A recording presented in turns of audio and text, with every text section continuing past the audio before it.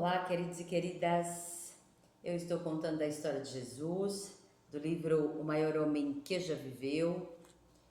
E hoje a história é os últimos aparecimentos de Jesus e Pentecostes de 33 EC. Em dado momento, Jesus providencia que os 11 apóstolos fiéis o encontrem num monte da Galileia. Pelo visto, outros discípulos são informados sobre a reunião e, ao todo, mais de 500 pessoas comparecem.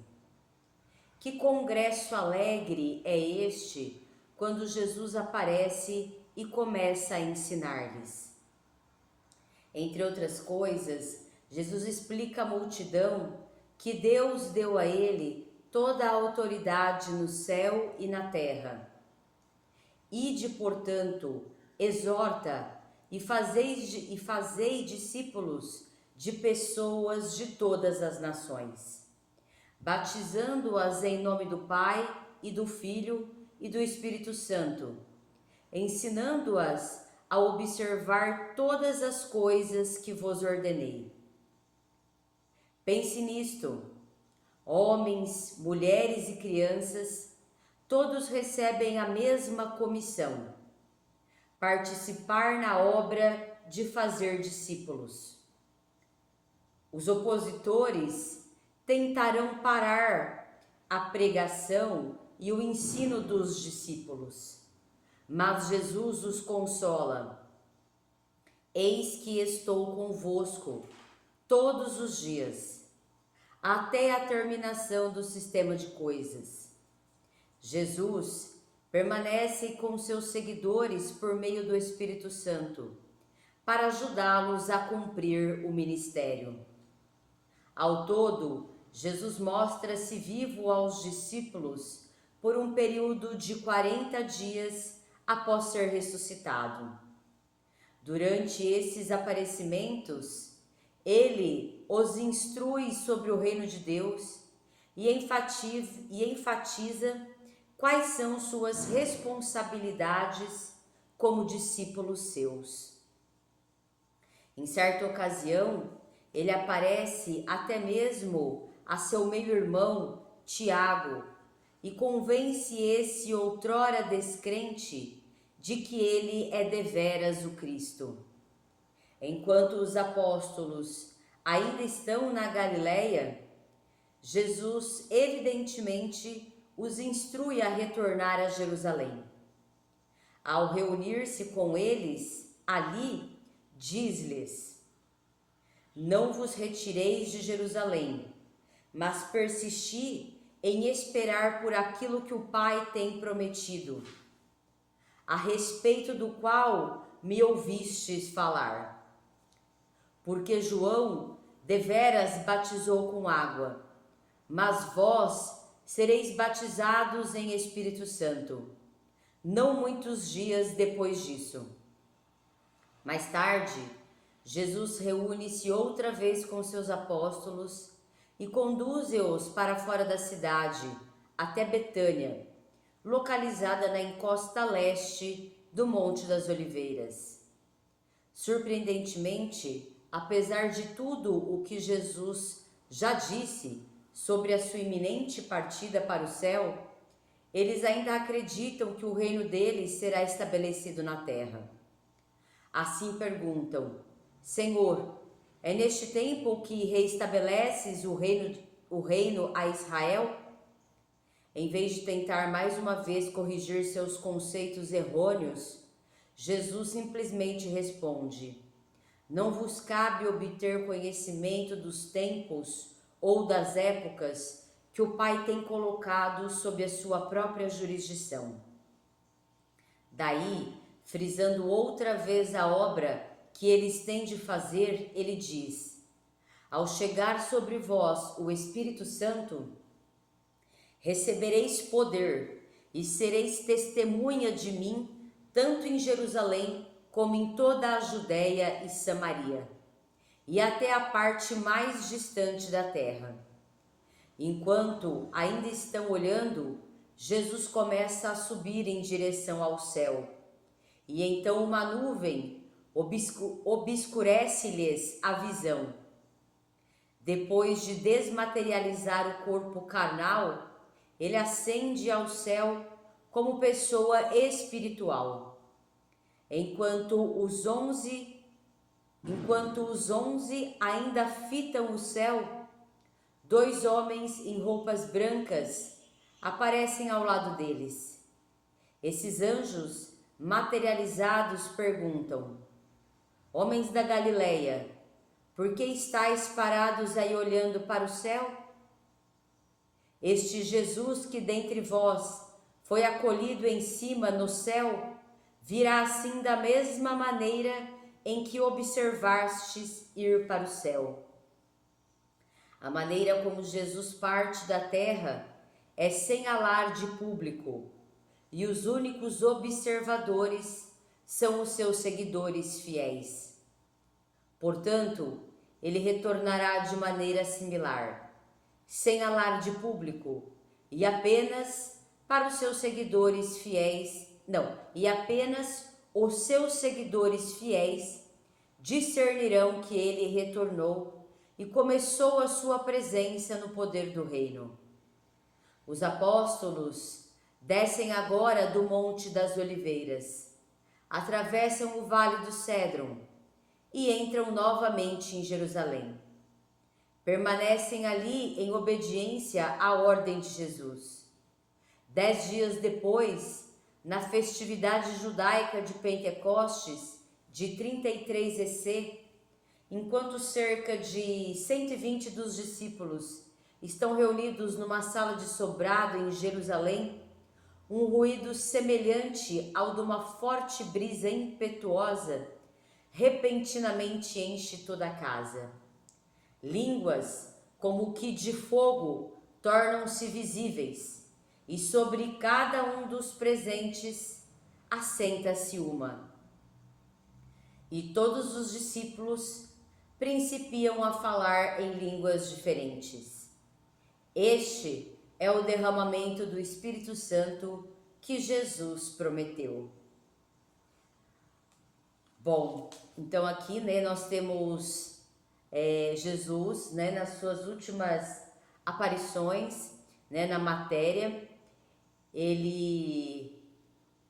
O que ele veio trazer, é que é realmente o reino, é o que é realmente as leis, é o que deve reinar, sobre tudo e sobre todos. Infelizmente, nós temos, logicamente, os opositores, as pessoas que ainda estão com os corações, totalmente endurecidos para receber, tudo que é verdadeiro, bom, justo, honesto, digno, íntegro. E então, se colocam, na oposição para manter, as corrupções, as maldades, e nós temos aí, isso inclusive para que possamos ter realmente um crescimento, um progresso, uma evolução, onde a gente vai evoluir, onde a gente vai fazer a mudança neste contraste, A mudança acontece no contraste.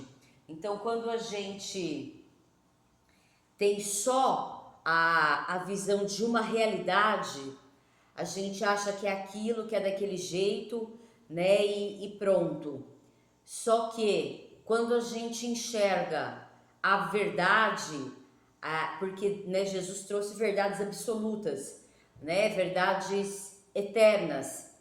Então, quando a gente tem o contraste, é que a gente pode, que a gente tem a condição de fazer a mudança, né? Então a gente viu que durante a jornada de Jesus na matéria, ele trouxe exatamente isso, o contraste, né? Então ele expôs toda a maneira, o como e mediante o que os que estavam no poder tinham este poder, tinham o dinheiro, né? Que para a maioria do povo, sem este contraste, sem saber realmente as verdadeiras leis de Deus, né? E não as leis que eles corromperam, as leis que eles usaram de forma a privilegiar seus interesses pessoais, né? Para manipulação, para né? Para inclusive permanecer que o povo ficasse cego, né, e na miséria, tanto, né, espiritual, né, quanto a miséria mental, né, emocional e material. Então, Jesus, ele é realmente o grande mentor, né, da vida, né, e do que realmente é. Então, quando as pessoas tiveram a grande oportunidade a partir, né, de Jesus, de ver a completude do que realmente deve se fazer, do que realmente é as leis de Deus, do que realmente é valoroso, do que realmente tem de ser feito, então aí, né, as pessoas têm a possibilidade de mudar, né? Senão elas não o teriam, né? Porque não teriam o contraste. Então Jesus, ele insiste, né, com os seus discípulos, com os seus apóstolos, que eles expandam, né, a mensagem, as leis de Deus, né, o caminho para a vida, né, o que a gente tem de se fazer, as mudanças necessárias, né, para que as pessoas com esses saberes, elas podem fazer realmente escolhas conscientes, né, e não permanecer inconscientes e cegos pela vida, né, na caminhada da vida, porque é assim que a gente permanece se a gente não tomar consciência desses valores, das leis do universo, né, do que a gente tem de mudar aí, dos nossos conceitos, né, das nossas prisões emocionais que carregamos através, né, da consciência, do entendimento. Então, realmente, é a partir, né, desta forma, da expansão desses saberes, é que a gente pode ressuscitar em nós a verdadeira vida, né, os verdadeiros valores, a verdadeira jornada de progresso. E não que vai ser fácil, né? Não vai ser fácil, mas tem de ser feito, né? Porque é o único caminho. Então Jesus, a gente vê aqui, né, insistindo, né, e que ele estará, né, com todos aqueles que se colocarem, né, com todos nós que com todos, né, com todos nós que se coloquem no caminho, né, que enfrente aí, que encare o que tem de ser feito, né, que permaneça nos valores, né, que realmente enxergue, né, que a gente possa olhar para o nosso passado para enxergar os nossos conceitos obsoletos, né, as nossas prisões emocionais que ficou ali, a nossa criança, né, o nosso jovem, né, nós nesse período a gente teve várias experiências das quais nos marcou emocionalmente, né, a ponto de o impacto nos trazer, né, mágoas, ressentimentos, culpas, medos, as corrupções, né, da nossa alma, da nossa mente, né, do nosso corpo e do nosso espírito. E então a gente vai carregando isso pela vida se a gente não faz este movimento de libertação, né, dentro da gente, através da compreensão, através de trazer as conversas necessárias também para as soluções, né, das questões, para os entendimentos, né, para aquilo que ficou calado, para aquilo que, né, ficou injusto, né? Então Deus, Jesus, né, por Deus, ele traz esta possibilidade de a gente se retratar, né, uns com os outros, da gente se retratar com a gente mesmo, se é a gente que provocou o mal, se a gente tem uma culpa legítima mesmo, né, em alguns fatos. Ele deu, né, essa grande oportunidade do arrependimento, que é a retratação. E se for algo que pode ser reparado, que também assim o seja, né? Além da retratação, que é a conversa, que é a verdade ser colocada na mesa, mas de forma onde a direção é o entendimento e a libertação, né? E não conflitos e apontamentos de dedo, nem muito menos para gerar, vamos se dizer, bate-bocas, mas sim para a clareza, né, dos resultados, né, que aquilo mal entendido, mal resolvido e que naquela época inconsciente gerou, né, e que as duas partes aí, as partes envolvidas, se alinhem no entendimento realmente de reparação, né? Então, Jesus, né, traz então para que a gente, você vê, né, os discípulos ainda acham que o reino de Jesus vai ser material, né, e não, é sobre todas as coisas, né, não é num lugar como, né, eles têm de conceitos de reinado, e Jesus traz aqui, né, para que eles corrijam os conceitos errôneos. E é o que a gente deve fazer também, né, que a gente corrija os nossos conceitos errôneos, inclusive de governo, né, inclusive de autoridade, de amor, né, de coragem.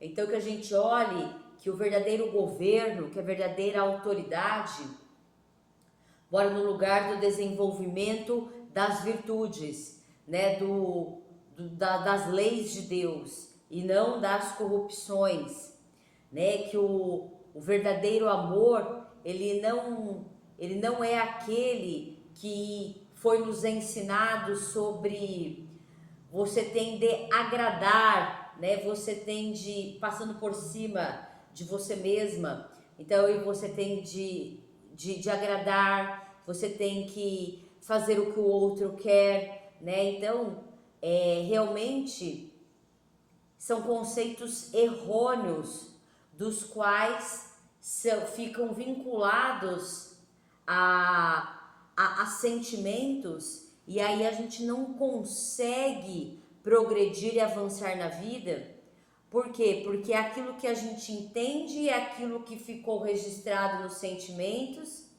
e a gente fica paralisado ali, né? Então, por causa de eu ter o amor dessa forma, então eu não faço o que eu tenho que fazer, né? Eu não vou e eu não aplico os meus valores, eu me desrespeito, né? Eu desrespeito o outro, eu eu violento, né, a mim mesmo, ao outro, né? Tudo com conceitos errôneos, equivocados.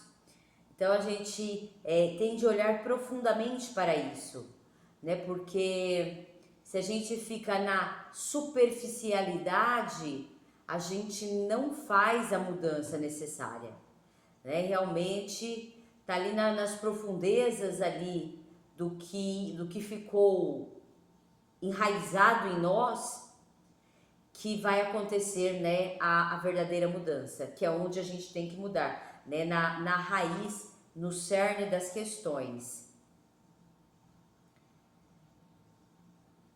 E, e então Jesus, né, ele ascende aos céus, né, ele se desmaterializa, né, ali perante os seus discípulos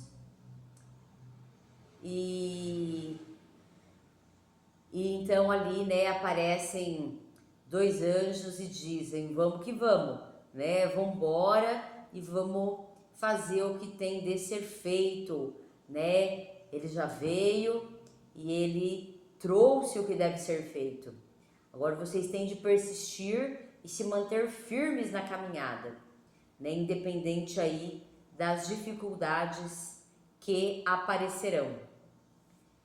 E logo depois, né, aqui esta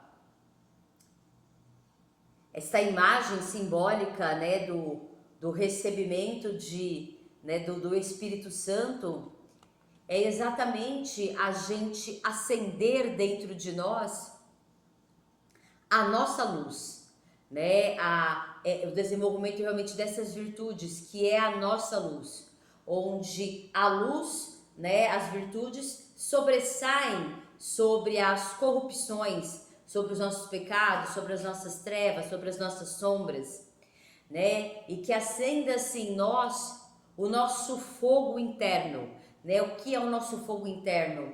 É essa chama dentro de nós para que a gente persista, para que a gente se mantenha animados, para que a gente se mantenha firmes, fortes, né? Principalmente espiritualmente, para a caminhada, né? Mas firmes e fortes no todo também, né? Não é só espiritualmente, porque a gente precisa de um corpo físico também saudável, né? Para que a gente consiga aí, é o nosso veículo, né? E uma mente e sentimentos também fortalecidos no que é verdadeiro amor, no que é a verdadeira coragem, né? No que é a verdadeira persistência, no que é a verdadeira resiliência, né? Então, por exemplo, a resiliência não é uma simples passividade de aceitação, né? A resiliência é realmente a superação. Eu me desenvolvi, eu progredi, eu cresci, né? Para a solução daquelas questões, daqueles problemas, né? Eu estou maior do que aqueles problemas. Então, a persistência, né? A persistência não é uma resistência cega. Ai, eu estou na resistência da maldade, eu estou na resistência da que eu não saio, da que ninguém me tira. Não, não é deste lugar, né? Este lugar é uma resistência cega, uma resistência uma resistência de um lugar, né, simplesmente de negação, né, das próprias sombras, no lugar de ignorar as próprias sombras e não de enxergar e de, através do contraste, eu me colocar na persistência do caminho e na direção correta, né? Que realmente é o que Jesus nos trouxe, né? O amor realmente de um lugar justo, né? Quando a gente é justo, a gente está sendo amoroso e não é do lugar do bonzinho, da boazinha, o ser amoroso, né? Muitas vezes o amor está num lugar de firmeza no que eu tenho de fazer, né? E realmente não vai ser muitas vezes agradar todo mundo, não vai ser ficar quieto ou parar para não receber uma crítica, né? Não é este o lugar de amorosidade, não o lugar de vítima, de agradar todo mundo, não é, né? A amorosidade está estritamente relacionada com a justiça, com a firmeza, com a sabedoria, né? Então a amorosidade é deste lugar, né? E de um lugar ativo, onde eu me coloco em movimento, inclusive interno, né? Para não cair no ódio, né? Na vingança, na maldade devido, né, às perseguições, às dificuldades, mas também não a passividade, né? Então eu me retiro deste lugar desses sentimentos para a compreensão das sombras dos outros, né? Onde essas pessoas estão, né? Inclusive internamente, mas também busco a justiça, me movimento internamente e externamente, né? Para que a justiça, né, ocorra, para que o que é correto, né, é que seja dirigida aí a resolução das situações, né? Então é deste lugar a amorosidade, né? E em tantas outras virtudes, né, que a gente tem, a temperança, né? A temperança aí de a gente não explodir, né, em ódio, não explodir em violências, né, em conflitos, né, onde a gente explode, a gente acaba perdendo a cabeça. E tudo bem, isso vai acontecer, nós estamos engatinhando aí no processo, né? Tanto que na lição passada Jesus fala para os apóstolos, criancinhas, né? Então chama de criancinhas porque nós estamos aí, né, engatinhando neste fortalecimento emocional, mental, espiritual, né, para nessa evolução. Mas a temperança é exatamente a gente desenvolver a nossa consciência, porque com consciência a gente consegue ter temperança nas situações, né? Compreendendo o outro, não no sentido de novo, né? De passividade, no sentido de compreensão para eu não agredir o outro, né? Seja verbalmente, fisicamente, né? Emocionalmente, mas também, né, para que eu me coloque de forma justa, íntegra, né, e numa posição onde eu até posso compreender, né, ainda as suas tolices, ainda o seu lugar aí que você, né, que você ainda está e vai saber, né, quando aí, né, as pessoas neste lugar vão querer e se vão querer, né, esta mudança. Mas eu não participo disso, né, eu não dou palco para isso, e não é este o caminho que eu quero seguir, né? Então é de uma forma realmente, né, justa e íntegra. que Jesus nos traz, né? Por exemplo, a temperança, né? E vai ter vezes sim, né, que a gente vai ter uma firmeza um pouco mais, vamos dizer, assertiva, de um lugar de mais energia, né, de um lugar mais enérgico, né, como a gente viu inclusive o Jesus ali com os vendedores ali, né, que estavam explorando as pessoas ali no templo, né, onde ele derruba todas as bancas, né, onde ele coloca mesmo os hipócritas e os exploradores, né, para fora dali, né? Então realmente vão existir momentos em que a gente tem de se posicionar de uma forma mais, né? Eu não encontro uma palavra assim que, mas vai realmente mais enérgica, né? Mas é realmente ainda assim de um lugar justo, né? Ainda assim é de um lugar justo. Então é isso. Se você gostou, deixe seu like, compartilhe com as pessoas que você sabe que queiram o exemplo de Jesus nas suas vidas. E se você quiser receber mais do meu conteúdo, se inscreva no canal e ative o sininho para mais notificações. Um grande beijo, um grande abraço e até a próxima!